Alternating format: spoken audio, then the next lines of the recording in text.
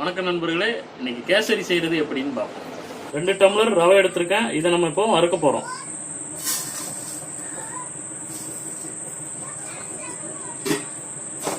Low ஃப்ளேம்ல வச்சு அப்படியே வறுப்போம். இந்த அளவு நல்லா பொன்னிறமா வறுத்தாலே போதுங்க. இப்போ நம்ம இறக்கிடலாம். இப்போ நம்ம டால்டாவை உருக்கிக்கிடுவோம்.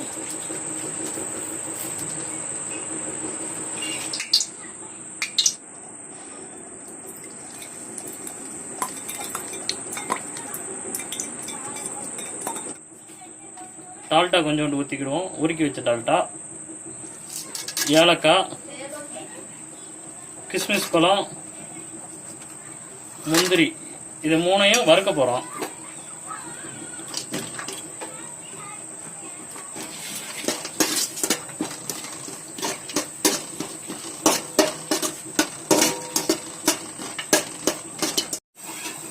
பொரிஞ்சிருச்சுங்க. இதை நம்ம அப்படியே இறக்கி வச்சுக்க வேண்டியதான்.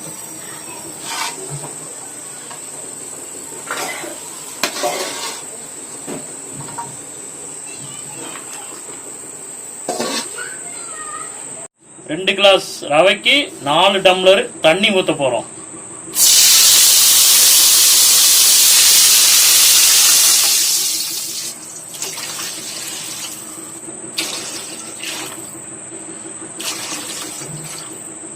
உப்பு கொஞ்சோண்டு போட்டுக்கிடுவோம்.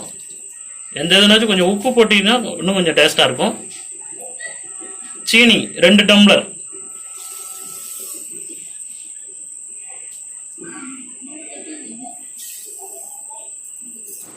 கேசரி பவுடர் தண்ணியில கரைச்சி வச்சு ஊத்துறோம்.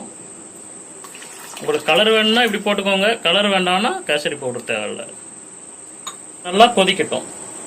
சீனி எல்லாம் நல்லா கரையணும், நல்லா கொதிக்கட்டும். இப்போ ரவையை தட்டிக்கிடுவோம்.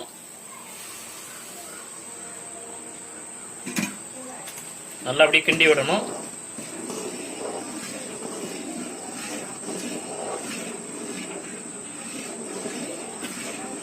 இதே மாதிரி கிண்டிக்கிட்டே இருக்கணும், பிடிக்க விட்டுறக்கூடாது. நல்லா கிண்டிக்கிட்டே தான் இருக்கணும்.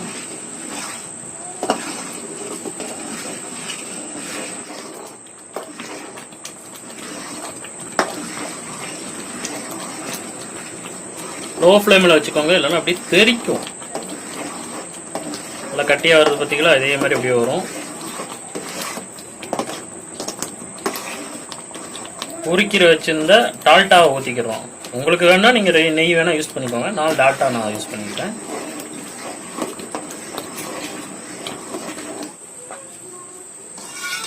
அவ்வளோதாங்க, கேசரி அப்படியே இறக்கிடலாங்க.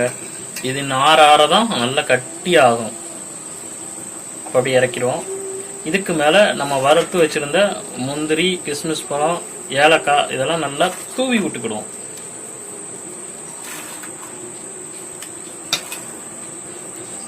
நண்பர்களே, சுவையான கேசரி ரெடி. இந்த வீடியோ உங்களுக்கு பிடிச்சிருந்தா வீடியோவை லைக் பண்ணுங்க, கமெண்ட் பண்ணுங்க, ஷேர் பண்ணுங்க. அப்படியே எங்க சேனலை சப்ஸ்கிரைப் பண்ணிக்கோங்க. மீண்டும் அடுத்த ஒரு வீடியோல உங்களை சந்திக்கிறேன். பாய்.